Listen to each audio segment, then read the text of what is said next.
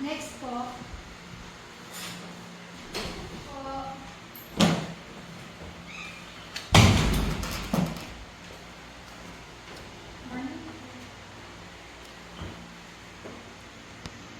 Good morning po. Buti na pala po kayo dito, ma'am. Oo. Ano po bang transaction? Ah. Maglo-loan po ba or magpapa-update lang po ng passport? Mag-loan sana. So, ito na po yung form. Ito po yung pipilitan niyo po. Itong members name, address niyo po, birthday. Ano pa po mga requirement na kailangan kong gawin? Good morning, sir. How may I help you? Ano maganda sa umaga? Nauna ako dito, bakit siya yung inaasikaso mo? Hindi mo ba ako kilala kung sino ako? Ano po, sir? Nauna po kasi si ma'am. First come, first serve basis po kasi tayo dito. First come, first serve. Hindi mo ba ako kilala kung sino ako? Sino po ba kayo? Hindi mo ako kilala? Pwes, ako ang kapatid ng accountant nyo. Dapat akong inuunan nyo dito at ako priority nyo. What else? Patatanggal ko kayo sa trabaho nyo. Grabe naman po kayo, hindi naman po yata tama yan. Isa ka pa, mangungutang ka lang din naman dito. Pare-pareho lang naman po tayong kamay-ari na kooperatiba. Lahat po tayo dito mangungutang. Huwag mo kayo pareha sa'yo dahil kapatid ko ang accountant dito. Dapat ako ang priority dito, hindi ikaw.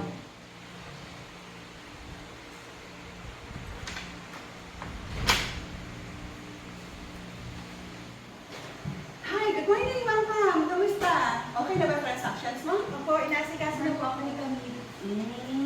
Okay. Buti na lang. Oh, andito ka rin pala. Buti na lang dumating ka ate. Kaganina pa ako nag-aanda ng mga tao na yan. Dapat ako inuuna na dahil ako kapatid ko, dapat priority nila ako. Oh, sino may sabi sa'yo na dapat ka i-priority? Hindi ko makapatid kita, eh dapat ipina-priority ka na.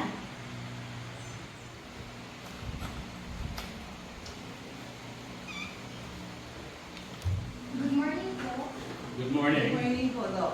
What seems to be the problem here? Siya po, gusto niyo po kasi i-prioritize po siya sa team. Dahil, Kapatid niyo daw po ang accountant. kapatid nito, Yes po. hello bro, kapatid ka ba ng accountant namin? Okay. Siguro bro, nag-pre-membership seminar ka bago ka sumati sa kooperatiba? Okay. Wala ka natatandaan kung ano ang karapatan ng bawat miyembro ng kooperatiba? Okay. Dito, ang miyembro or ang general membership ang mas higit na karapatan, may karapatan kesa sa mga opisyalis na naglilingkod sa opisina ng co-op. No? Kaya hindi mo pwedeng ipagmayabang dito na ikaw ay kapatid ng aming accountant. Kahit pa kapatid kita, CEO ko, no? Hindi mo pwedeng iliman sa kanila na ikaw ang unahin. No? Kasi ang may-ari ng co-op ay ang lahat ng kasapi nito. Kaya nga ang tawag sa'yo, kamay-ari. Gusto mo i-etsapuera ka namin sa pagkakataon na to? No? So dapat parati mong tatandaan yan. Walang kikilingan ng co-op. First come, first serve. May nauna sa'yo, dapat siya ang maunang paglikuran. Pantay-pantay ang tingin natin sa lahat ng miyembro ng co-op.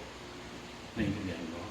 At siguro ang kapatid mo, pwede ka nang pangaralan at sabihin sa'yo kung ano talaga ang karapatan mo bilang isang mahusay na kasama ng kooperatiba. Bawal ang mayamang dito, bro. Tandaan mo yan, ha? Okay? Hindi mo ako ng pasensya niyo, CEO. Okay. Ako, maiintindihan kita, pero mas higit kailangan sa kanilang humingi. ng dispensa. Ha? Okay, bro?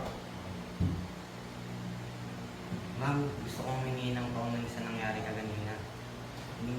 Hindi na po mauulit yun. Maraming salamat po. Ma'am, humingi po ako ng dispensa sa nangyari kaganina. Aayusin ko lang po yung sarili ko. Salamat po. Ate, gusto kong humingi ng sorry. Dahil nabuso ko yung posisyon mo dito sa kuko. Sana mapatawad mo ako. Naintindihan kita. Pero sana wala yung mauulit, ha? Alamin mo kung ano yung tama o mali. Okay? Thank you, ate. Okay, nagkaintindihan na ang lahat. Okay na kayo? Nagkasundo na kayo?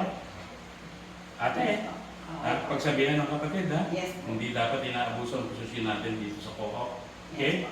Sa co-op, kaya ang tawag sa atin ay kamay-ari, lahat tayo may kapangyarihan sa ating kooperatiba. Kaya sa lahat ng mga kasapi ng co-op, since magpapasko, batiin natin sila na maligayang Pasko at masaganang bagong taon sa lahat. Maligayang Pasko po! Maligayang Pasko!